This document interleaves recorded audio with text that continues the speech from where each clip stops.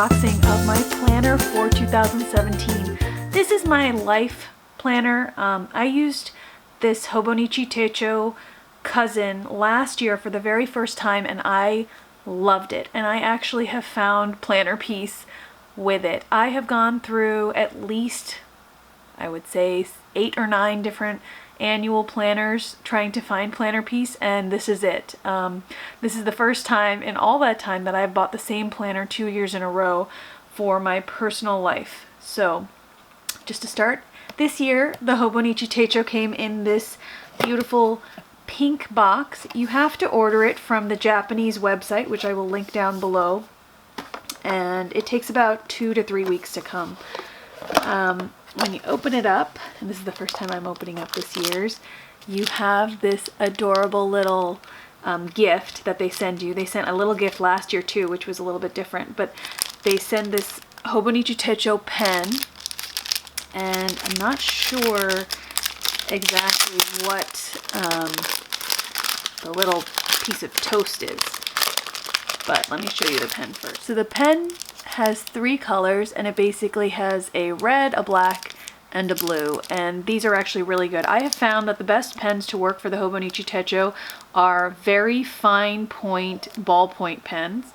My favorite are made by Univision and Uniball, and I will either link that pen down below or mention it. This is a Coletto pen sent by Hobonichi as a gift, and it's also very good for use in the planner.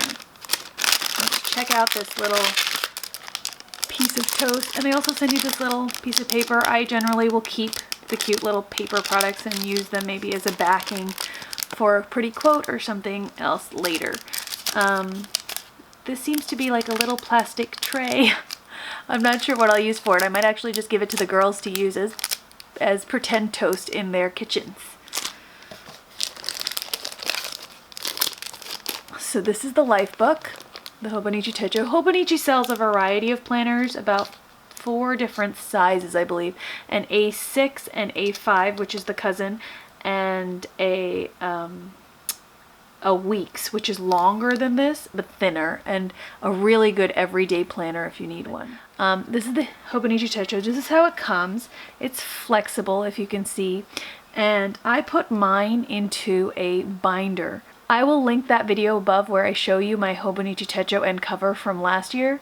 The covers are reusable. There's a huge variety that you can buy, as you can see, and you can also get some that are custom made on Etsy, and you can get a waterproof cover for it, which I definitely have because I have children.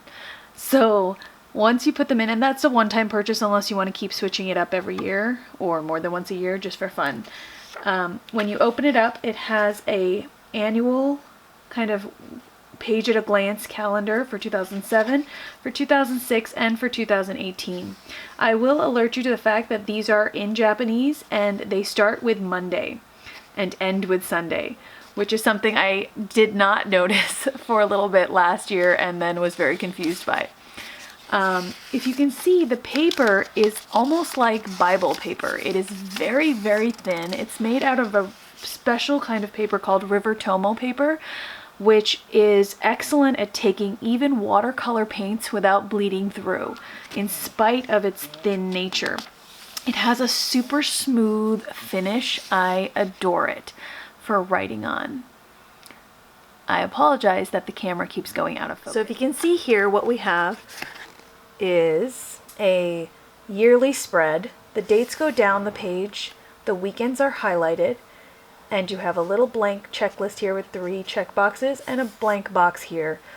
What I did last year is I was using this area as my reading log for myself, and down here I would put an inspirational quote in each of the boxes. I keep people's birthdays and anniversaries listed out here. When you go ahead, you have a series of monthly layouts. You have December of 2016, in case you start the planner a little bit early, and then you go straight on forward to January of 2018, which is a feature I love. I hate ending my planner and not having a place to put the upcoming year's things, because in general I order my planner a little bit late and then I have a couple weeks of downtime waiting for it to arrive.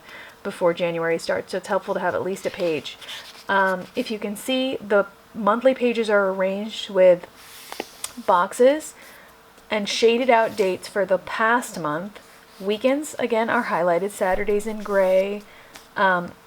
These are Japanese holidays, the ones that are highlighted here.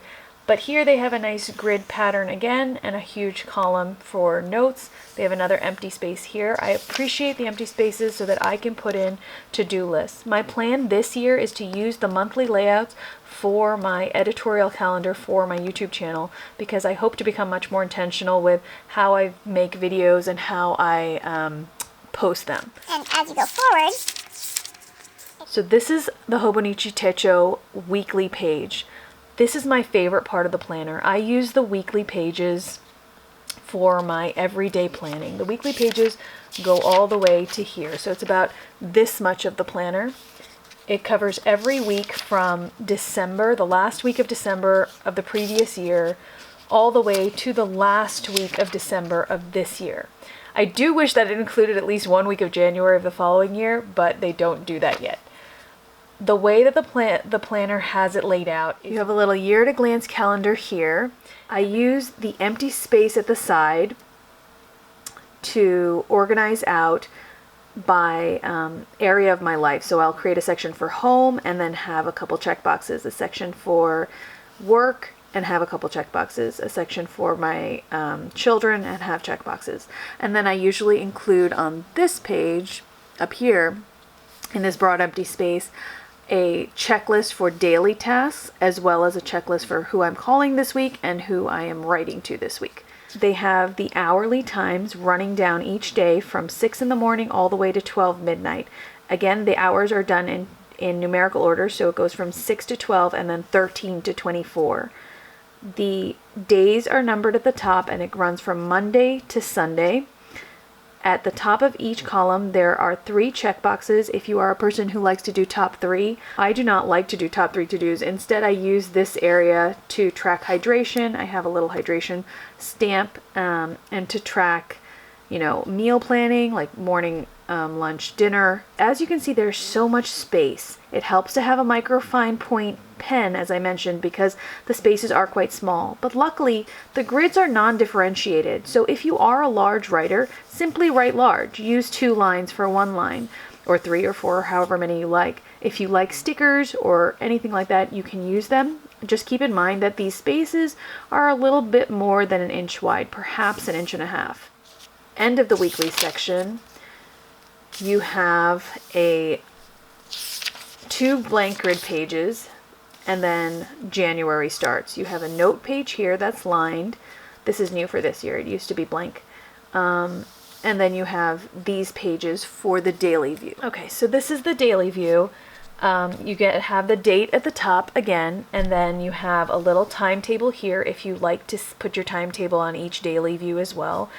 It starts at, I believe, 4 a.m. and goes all the way to around midnight, and then after that too. If you want to use it for your daily planning, you can, but it's so unobtrusive that if you don't have to. You can either cover it with washi or just ignore it, as I did. Every page, again, has a little tiny calendar to glance at the bottom, as well as a Japanese quote, and I don't know what it says. Sometimes I leave it alone, sometimes I cover it with washi or a sticker or something else. Like I said, this River Tomo paper will take even watercolor paints and fountain ink pens without bleeding through, so you can definitely experiment with your artistic side. Sorry, I forgot to mention there's a little area of grid boxes right up there that you can continue down for a to-do list. And if you want to see how I use it again, check out the video that I've linked for my planner from last year. And it just goes straight through. If you look at the side of the planner, you can see that the months are marked out, so you can thumb straight to the month. Hobonichi also sells little accessories like wave tabs, so that it'll look like a little series of waves to separate out your months. And I generally use little sturdy tabs I have that say January through December. My planner cover comes with 2 bookmarks, which I keep on my weekly and my daily spread so that I know exactly where I am any given day.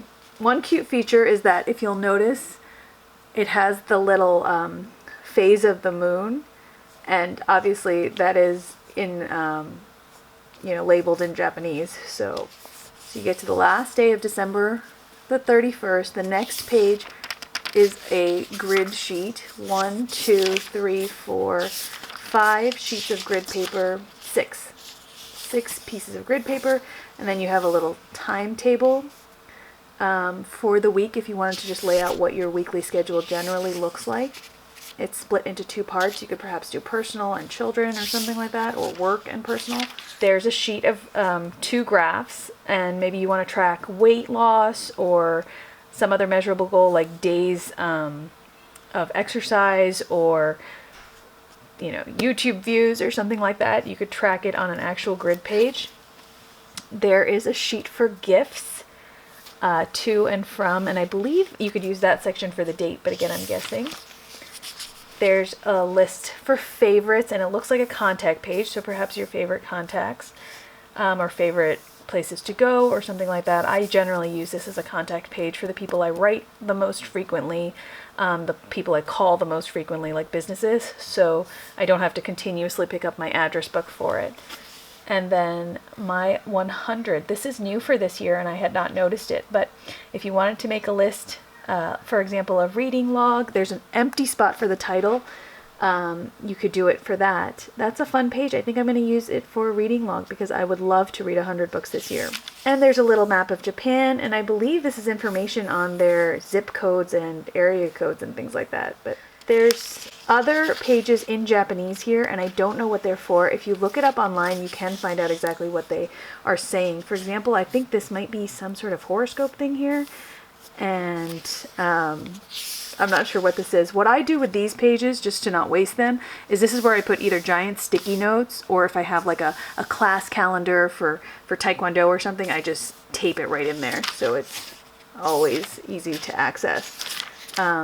And then they have another little section, addresses for 4 people, and a remember this page. So for example, if you wanted to put identifying information or, passwords or things that you often have to frequently look up, but you might not want to put somewhere else. Sometimes what I do is I hide that information inside my Japanese pages because I figure it's much harder to find here. And then it comes with this last page, which I don't understand at all, and a little personal note section where you can put your name and address and things like that. Again, it's all labeled in Japanese. The A6 size, which is slightly smaller than this, does have an English version where all the words are in English. I love the cousin size because I use my daily pages as a journal. And so again, check out the video before to see an example of how I've used it. It definitely evolved through last year, but now I think I've gotten to a place where I'm really happy about it. I will show you another video on how I set up my planner for this year, which will illustrate for you exactly how I use my daily pages. I like to collage. I like to cut out little asides or little pictures from magazines and things like that that are inspiring quotes. I put them in there. I use this for a section on gratitude. I use it as a section on free writing and journaling. If I go to a meeting or an informational session, I have no problem creating a notes section for that day and just using it for that. So I very much like the open-ended nature of this planner. I like the idea that I can journal whenever I want, wherever I am, instead of only at nighttime when sometimes I'm tired, because I generally will carry this with me at all times. As you can see, it's a super friendly, usable size. It expands greatly as you use it. And again, you will see that with the other video, because as you write on this River Tomer paper, it starts to volumize slightly. It's very imperceptible, but I would say that my planner at the end of the year is at least this thick, perhaps. So the pages just expand a little as you use it. And I love that because it gives you that very used feeling of a planner that has served you well. And I think that the planning section of your life is as much a part of your life as your journal. And the two are really inseparable. What you do with your days is what you do with your life. And I like the idea of keeping my planner and my journal in one book together. I will link the Hobonichi site down below in the description box. If you are interested in a planner journal combo, this is the epitome of that, in my opinion.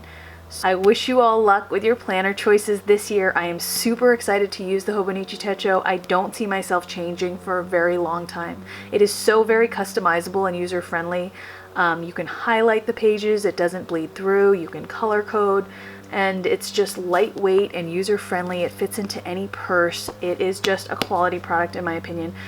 Alright, I wish you the very best of luck with your planner choices like I said. Thank you so much for watching. If you enjoyed this video, please hit the thumbs up and don't forget to subscribe. Have a great day.